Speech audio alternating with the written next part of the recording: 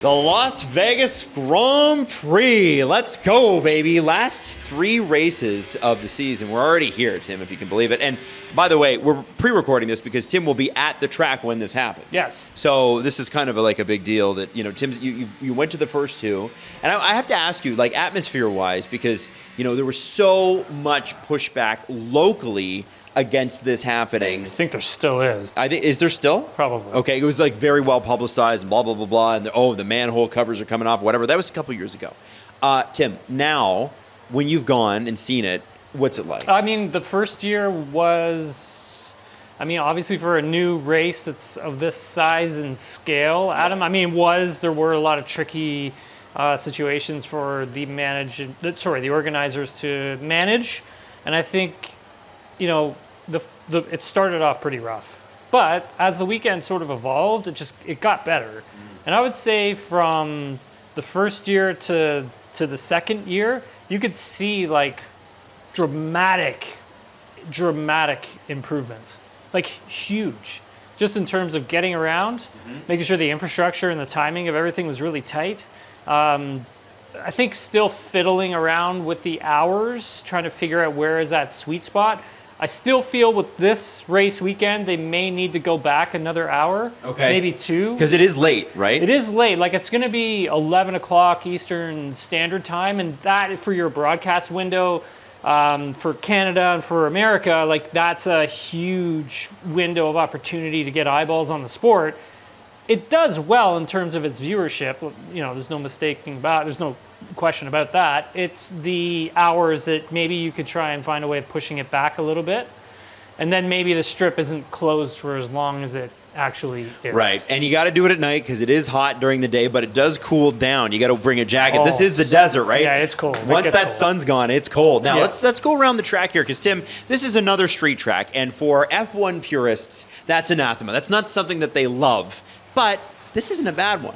It's not horrible, no. It does actually open itself up to some really good racing. But Adam, like you had said with the temperatures and how cold it gets here, it does affect these cars. It does affect the tires, and it affects the setup on these cars as well. Normally with these cars, you're not running like a ton of downforce, so the car slides a lot. It doesn't ever really feel like it just kind of grips up and hooks up. I really feel with this track, there's a lot of smoothness involved with your driving. You can't really be aggressive with how hard you get on the brakes. You can't be really aggressive with your turn in and then also getting back to the throttle. You have to be very precise with how you do it. So there's a lot of technique involved with this particular track, especially coming into turn 1 here. You would think that from here you're sort of flat out, but since, like I had said, the track is cold, the tires are really cold, it doesn't grip up as well, you can't run as much downforce, it's just this quick short shift up into 4th, and then you can start getting flat out around here. I think in qualifying it'll be 5th gear, almost flat out through here. In the game at this moment, it's a lift in the middle of the corner, and then you're squeezing back onto the power, and you're kind of driving the car out towards this wall. Right. So essentially you're trying to straighten the wheel as much as possible, because with that corner, the more you turn the wheel, the more speed you scrub, and you can hear it in the engine. The engine just bogs right down, and you're not keeping that momentum and the pace up. So very important corner because you have this nice little long straightaway, DRS open all the way down. A little bit of a tricky braking section here. You want to brake late, but if you can see, the track actually goes up a little bit. You can see it just raises just that tiny little bit. And you see from inside here, you can see how it's just a slight elevation. I'm glad they caught that in the game. Yeah, exactly, right? It's just those little tiny things that you pay attention to.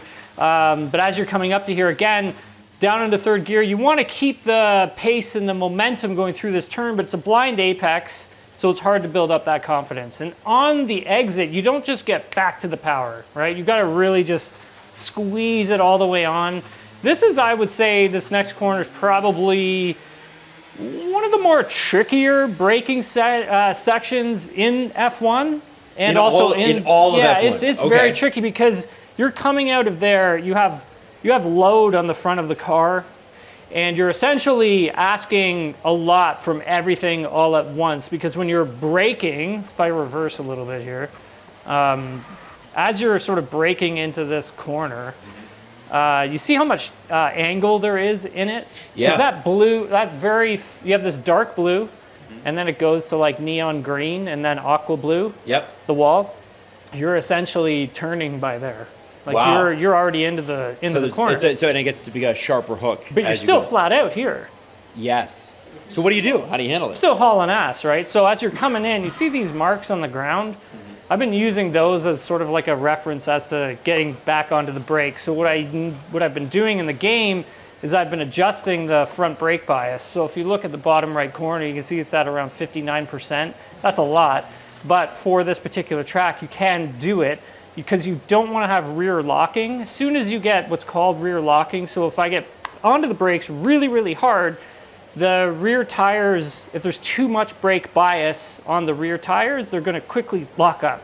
And as soon as they do that, they chatter and it'll spin you around and you'll go right into the wall. So you got to move a lot of that bias to the front of the car so you can get this braking while you have a lot of steering angle in the car. So there's a lot of load going onto that right front tire as you try and get down. You're in about second gear. You want to take just a tiny bit of this curbing.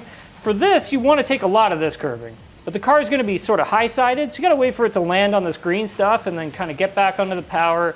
And this is sort of Mickey Mouse stuff. You're off the power, you're waiting for it to turn in, you're waiting, clip a little bit of that, and then squeeze the power all the way down. This is straight up. This is flat out the whole way through, making sure you're getting the right steering angle through here. And as we come up to this next section, so past this, there's a bridge right here. Right. It's good to use this as a reference marker, but you have to be so precise with your braking. Like as soon as you get to like here, you've got to be on the brakes as hard as possible, making sure that bias is towards the front and downshifting all the way to third gear.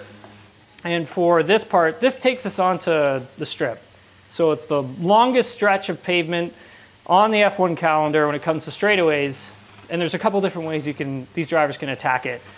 One, if you really want to carry a lot of speed and be on the limit with everything, you can literally come in here and take a bit of this curb. But if you're going to take some of this curb, the car's going to land. And once it lands, you have to make sure you're getting back onto just enough power. Yeah, could there be a bit of a speed wobble because there? there's a huge wall right here. Yeah. Right? So you have to try and get the wheel a little straighter, and you're literally almost going to like...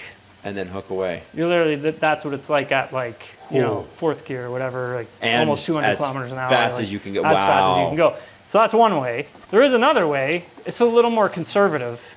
And, that's okay because some of the drivers are going to be a little conservative with this thing. Is braking like way, way, way earlier and really trying to be as smooth and get a stable front end. So you're going to be braking like, somewhere around in here. And you're going to be coming all the way down, brake around here, not at this bridge. Give yourself a little bit of that wiggle room like I talk about when I talk about if you're on like a purple sector and you want to complete the lap, down into third and just turn in nice and late and straight line it all the way out of the corner instead of clipping a bit of that curb. Now, with this straightaway, it does have bumps in it, so you have to make sure you're not grinding too much of the floor down, so you have to find where the smoothest part of the track is, and that's really much over on the left-hand side. And then you're going to start bringing it all the way over, all the way to the right side. Now, this is an interesting braking section here. You can see, again, there's elevation. Like, it's very, very subtle, but it really affects the car a lot. And so if we go back... So we're doing like, I can see it. Yeah, 300 and whatever it is, 70 something kilometers an hour. You're going to want to brake around 170 meters, but you can see how the car just rose up there. Yes. You have to wait for the car to rise up and for it to settle a little bit before you touch anything, right? Because the car's like starting to like come off the ground a bit, right? Because the downforce can only get you down so much. So you got to make sure that you're not doing anything. You're flat out all the way up through that little thing. But as soon as you get over that, 120 meters is going to arrive like instantaneously. So then you got to quickly get off the throttle, really hard on the brakes. Really, really hard. All the way down to third gear, coming down to this 50-meter board, and then you're basically like turning in. And with this section of track here, it's one of those things where you can take a bit of this curbing if you want. But you have to be really precise with it because, again, if you take too much of it, you're going to go into the wall. And if you don't take enough of it, you're not going to be able to get back onto power sooner. So if you just clip just a tiny bit of it, it'll kind of straighten the car out a bit for you. And if you can see, we have this red, white curbing in front of us.